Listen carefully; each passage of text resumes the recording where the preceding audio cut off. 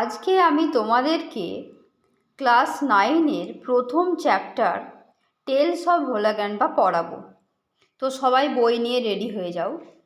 দেখো, tales of Bhola grandpa কার লেখা? Manoj Das. Manoj Das is the writer of the story tales of Bhola grandpa. TAL, tale মানে গল্প। টেলস অফ ভোলা গ্র্যান্ডপা বলতে কি? ভোলা দাদুর, গ্র্যান্ডপা মানে দাদু, ভোলা দাদুর গল্পগুলি। এই পুরো স্টোরিটা ভোলা গ্র্যান্ডপা নামে একজন ক্যারেক্টারের নাম আমরা পাবো, তার কাহিনী সম্পর্কে বর্ণনা করা আছে। তার আগে দেখো, এই যে রাইটার মনোজ দাস সম্পর্কে একটু এখানে লেখা আছে, আমি তোমাদেরকে বলে দিই। মনোজ দাস, যিনি 1934-এ জন্মেছিলেন, is an Indian award winning bilingual writer. তিনি ছিলেন ভারতীয় পুরস্কারপ্রাপ্ত, মানে পুরস্কার জিতেছিলেন তিনি। বাইলিঙ্গুয়াল বলতে কি? দ্বিভাষিক, মানে দুটো ভাষায় যার দক্ষতা আছে। রাইটার লেখক ছিলেন, হু যিনি রাইটস লেখেন ইন ওড়িয়া অ্যান্ড ইংলিশ, ওড়িয়াতে এবং মানে উড়িয়া ভাষাতে এবং ইংলিশ মানে ইংরেজি ভাষাতেও। হি হ্যাজ রিটেন, তিনি লিখেছেন মেনি নোভেলস, অনেক উপন্যাস, শর্ট স্টোরি ছোট গল্প, পোয়েমস কবিতা, ট্রাভেলগস মানে ভ্রমণ কাহিনী, অ্যান্ড আর্টিকেলস এবং আর্টিকেল মানে প্রবন্ধের মতো, and history on history and culture, ইতিহাস সম্পর্কে এবং সংস্কৃতি সম্পর্কে।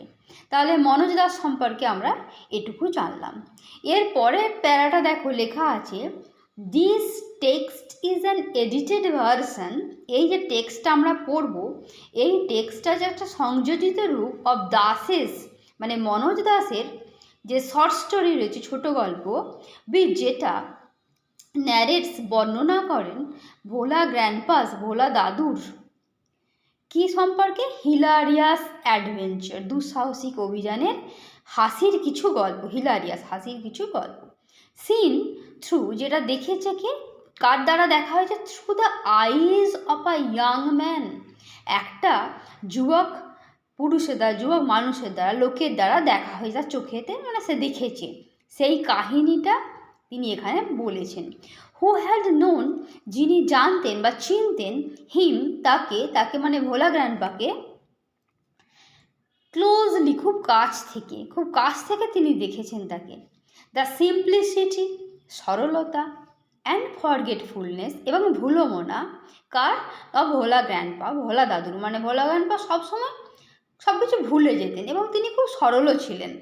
প্রোভাইডস দেয় অ্যান এলিমেন্ট, একটা উপাদান, কিসের? না হিউমার, হাসির, অনুইট, যাতে করে দ্য স্টোরি হিম, যেভাবে স্টোরিটা প্লট পেয়েছে মানে স্টোরিটা এইভাবেই সৃষ্টি হয়েছে, স্টোরিটা মোড় ঘুরেছে। এবারে দেখো, আমরা স্টোরিটা শুরু করব। আজকে কিছুটা পড়ি, দেখে নাও। ভোলা গ্র্যান্ডপা অ্যান্ড হিজ ওয়াইফ, ভোলা দাদু এবং তার স্ত্রী, লিভড বাস করতেন। কোথায় বাস করতেন? At the western end of our village. Western, West থেকে আসছে ওয়েস্টার্ন, পশ্চিমের এন্ড প্রান্তে মানে একদম শেষের অংশে, অফ আওয়ার ভিলেজ আমাদের গ্রামের। আওয়ার ভিলেজ বলা আছে মানে এখানে রাইটার নিজে বলছেন, মানে স্টোরি টেলার বলতে পারি আমরা, নিজে বলছেন আমাদেরকে ওনাদের গ্রামের একেবারে কোথায় বাস করতেন? না ওয়েস্টার্নে, পশ্চিমের প্রান্তে একদম শেষের দিকে। আর লার্জ বোকাল ট্রি, বোকাল বলতে আমরা বকুল গাছ বলতে পারি, এক ধরনের গাছ হচ্ছে বোকাল। আর লার্জ বোকাল ট্রি, একটা বিশাল বকুল গাছ, ওভারশ্যাডো মানে কি? ছায়া ফেলেছিল। কোথায়? দেয়ার হাট, তাদের কুঁড়ে ঘরে, তাদের বলতে ভোলা দাদুর কুঁড়ে ঘরে, মানে ভোলা দাদু আর ওনার স্ত্রী তো থাকতেন, তো ওনাদের কুঁড়ে ঘরের ওপর ছায়া ফেলেছিল। ইন দ্য বোকাল ট্রি, ওই বকুল গাছের ওপর লিভড বাস করত। ওখানে বকুল গাছের মধ্যে কে বাস করতো? কারা?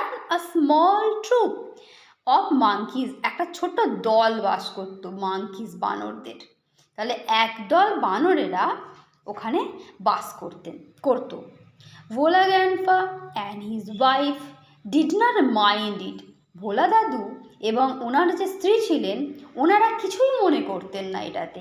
মানে ওনাদের বাড়ির কাছে যে বকুল গাছটা ছিল, সেই বকুল গাছটা যে ওনাদের বাড়ির ওপর ছায়া ফেলেছিল, ওই বকুল গাছের ওপর যে বানরেরা বাস থাকতো, তাতে ভোলা দাদু বা ওনার স্ত্রীর কোনো প্রবলেম হতো না। সেই জন্যই এখানে বলা আছে যে তারা কী করতো? ডিড নট মাইন্ড ইট, যাতে কোনো কিছু মনে করতেন না। পরের প্যারাটা দেখো, one moonlit night, moonlit, moon মানে চাঁদ মানে চন্দ্র, লিট মানে আলোকিত, মানে চাঁদের আলোয় আলোকিত, চন্দ্রালোকিত। ওয়ান মুনলিট নাইট, একদিন চন্দ্রালোকিত রাত্রে, উই অয়ার রিটার্নিং, আমরা ফিরছিলাম। উই অয়ার রিটার্নিং, আমরা ফিরছিলাম। আমরা বলতে কারা? মানে রাইটার, মানে স্টোরি টেলার যিনি আমাদেরকে গল্পটা বলছেন, ওনারা, মানে উনি এবং ওনার সাথে আরও অনেকজন ছিলেন, ওনারা ফিরছিলেন ফ্রম আ ফেস্টিভ্যাল, একটা উৎসব থেকে। দ্য রোড ওয়াজ লং, রাস্তাটা ছিল দীর্ঘ, অ্যান্ড ফগি এবং কুয়াশাচ্ছন্ন। আই ওয়াজ রাইডিং, আমি চেপেছিলাম, ফার্স্ট পারসন ন্যারেটিভে লেখা আছে, যে আই উই দিয়ে লেখা আছে না, তো আমি চেপেছিলাম অন দ্য ভিলেজ চৌকিদার্সের শোল্ডার, গ্রামের যে চৌকিদার ছিল ওনার কাঁধে চেপেছিলাম। সাডেনলি, হঠাৎ করে, ভোলা গ্র্যান্ডপা, ভোলা দাদু, তিনি কি করলেন? লেট আউট আর লাউড ওয়েল। এই যে লেট আউট আছে, লেট আউট মানে হঠাৎ করেই প্রকাশ করা, এটা একটা ফ্রেজাল ভার্ব, তোমাদেরকে পরে আমি বলবো ফ্রেজাল ভার্ব সম্পর্কে। হঠাৎ করেই যে আবেগটা প্রকাশ করাটাকে লেট আউট বলা হয়। তিনি কি করলেন? লাউড ওয়েল, WAIL, ওয়েল মানে বিলাপ করা, সুর করে করে কাঁদা, মুন MOURN এর ইংলিশ মিনিং। তাহলে ভোলা দাদু জোরে চিৎকার করলেন। এভরিওয়ান, প্রত্যেকে, ইন আওয়ার পার্টি, আমাদের দলের, ওয়াজ সারপ্রাইজড, অবাক হয়ে গেলেন। মানে আমরা যে কয়জন ছিলাম সেই দলেতে সবাই কি হলো? প্রত্যেকেই অবাক হয়ে গেল। উই হল্টেড, হল্ট করা মানে থামা, উই হল্টেড, আমরা থামলাম। এনকোয়ারি, এনকোয়ারি মানে তদন্ত, এনকোয়ারি রিভিল, তদন্ত করে কি দেখা গেল, কি প্রকাশ পেল? দ্যাট, যে ভোলা গ্র্যান্ডপা হ্যাড টেকেন, ভোলা দাদু নিয়েছিল, মানে নিয়ে গিয়েছিলেন, কোথায়? মানে যেখানে গেছিলেন, হিজ গ্র্যান্ডসান, তার নাতিকে, টু দ্য ফেস্টিভ্যাল, ওই ফেস্টিভ্যালে, উৎসবে। ভোলা দাদু ওনার নাতিকে উৎসবে নিয়ে গিয়েছিলেন। হি হ্যাড টাইটলি হেল্ড, তিনি শক্ত করে ধরেছিলেন, অন টু দ্য 2 ফিঙ্গার্স, দুটো আঙুল, অফ দ্য বয়, ছেলেটির দুটো আঙুল, হাতের আর কি, ফিঙ্গার বলেছে, হাতের আঙুল ধরেছিলেন। He did not realise when, তিনি বুঝতেই পারেননি, রিয়েলাইজ মানে বুঝতে পারা, তিনি বুঝতেই পারেননি বেন, কখন, দোজ ফিঙ্গার্স মানে ওই দুটো আঙুল, স্লিপড আউট, পিছলে গেছে, মানে হাতটা কখন ছাড়া হয়ে গেছে, আঙুলগুলো ছাড়া হয়ে গেছে, উনি বুঝতেই পারেননি। Bhola grandpa was continuing as before, তিনি আগের মতোই চলছিলেন, মানে যেভাবে হাতটা ধরেছিলেন আঙুলগুলো সেইভাবেই যাচ্ছেন, কিন্তু কখন যে আঙুলগুলো ফসকে গেছে সেটা তিনি বুঝতে পারেননি। দেন, তারপর, সামওয়ান আস্কড, ভোলা গ্র্যান্ডপা, কেউ একজন ভোলা দাদুকে জিজ্ঞাসা করলেন, হোয়াট হি ওয়াজ গ্রিপিং, তিনি কি ধরেছিলেন, তিনি যে হাতের মুঠোয় করে ধরেছিলেন সেইভাবেই হাতটা রেখেছেন, কিন্তু আঙুলগুলো নেই, নাতির আঙুল ছাড়া হয়ে গেছে।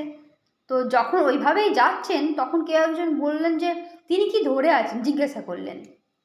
ঠিক সেই মোমেন্টে হি রিমেম্বার্ড, তখন তার মনে হলো হিজ গ্র্যান্ডসান, তার নাতির কথা, and let out a loud well.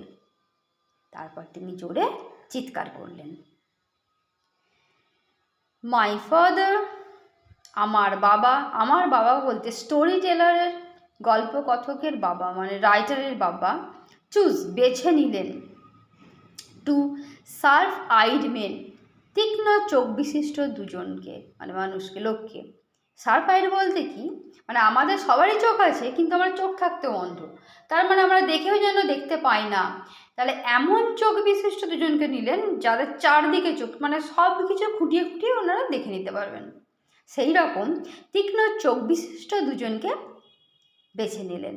From our party, আমাদের দল থেকে, মানে আমাদের যে গ্রুপটা ছিল সেখান থেকে দুজনকে নিয়ে নিলেন। টু গো ব্যাক, ফিরে যেতে, উইথ ভোলা গ্র্যান্ডপা, ভোলা দাদুর সঙ্গে। কোথায়?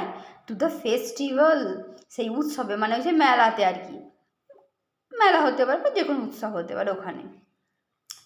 দ্য গ্র্যান্ডসন ওয়াজ ফাউন্ড, নাতিকে খুঁজে পাওয়া গেল। ওই যে ওয়াজ ফাউন্ড আছে, প্যাসিভ ভয়েস আকারে করা আছে, তোমাদেরকে আমি ভয়েস চেঞ্জের নিয়ম শেখাবো, তখন বুঝতে পারবে যে ওয়াজ ফাউন্ড করা আছে কেন। না, ওয়াজ ফাউন্ড করা আছে কারোর দ্বারা খোঁজা হয়েছে, মানে যারা গেছে তারা খুঁজে পেয়েছে, সেই জন্য। দ্য গ্র্যান্ডসন ওয়াজ ফাউন্ড, নাতিকে খুঁজে পাওয়া গেল। বিফোর লং, দীর্ঘক্ষণ ধরে, আগেই। হি হ্যাড টেকেন, সে নিয়েছিল। আ কোজি মানে আরামদায়ক, মানে মনোরম, শেল্টার, আশ্রয়, আন্ডার আ কাউস বেলি, একটা গরুর পিঠের নিচে। এই পিঠের নয়, পেটের, বেলি তো পেট, গরুর পেটের নিচে ভোলা দাদুর নাতি সেখানে বসে আছে। দেখো, এই যে ফার্স্ট প্যারাটা, সেকেন্ড, থার্ড, তিনটে প্যারা, মানে এই ফার্স্ট পেজের এইটুকু আমি আজকে তোমাদেরকে পড়ালাম। তোমরা ভালো করে পড়ে রাখবে, যদি কোনো জায়গায় সমস্যা হয় আমাকে কমেন্ট করবে। পরের ভিডিওতে এই যে পরের পার্টটা আছে সেটা আমি বুঝিয়ে তোমাদেরকে বলে দেবো। ওকে, টাটা।